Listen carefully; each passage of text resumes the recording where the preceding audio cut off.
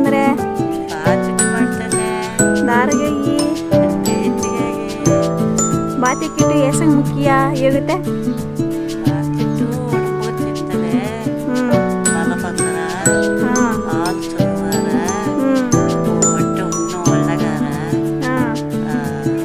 ನೀ ಆ ಕಾಲನ ಬಾತಿ Kittu ತಿಂದಿದೀಯಾ?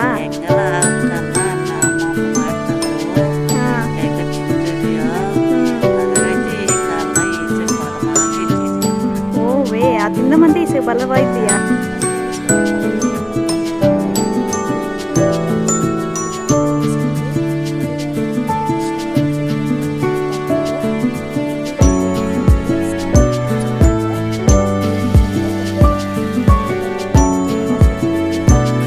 Breast feeding மதர்ஸ்க்கு வந்து ஃபஸ்ட்டாக கொடுக்குற ஃபுட் வந்து சாமை ஈட்டுன்னு சொல்லுவாங்க, பாத்தி ஈட்டுன்னு சொல்லுவாங்க.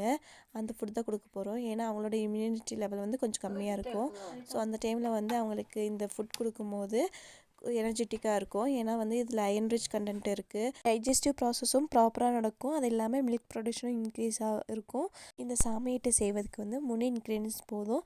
அதுக்கு வந்து சாமை, அதுக்கப்புறம் கருப்பட்டி வெல்லம், கீ, இது 3 இருந்தாலே போதும். கம சுட சுடன்னு அந்த பாத்திட்டை வந்துட்டு செஞ்சுக்கலாம்.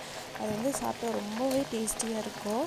ஆனால் சாப்பிட்டே இருக்கலாம், அவ்வளோ டேஸ்ட்டாக இருக்கும். அதோட பாட்டி கையில் செய்யும் போது இன்னுமே அருமையாக இருக்குங்க. ஏன்னா இதெல்லாம் எங்களுக்கு தெரியவே தெரியாது. எங்கள் பாட்டி மூலியமாக தான் நிறைய விஷயங்கள் நாங்கள் வந்து தெரிஞ்சுக்கிட்டோம். சாமிட்டு செய்வது வந்து ஒரு 20 மினிட்ஸ் நல்லா வந்துடும். வாட்சிங் திஸ் வீடியோ லைக் பண்ணுங்கள், ஷேர் பண்ணுங்கள், சப்ஸ்கிரைப் பண்ணுங்கள். Bye bye, see you in the next video.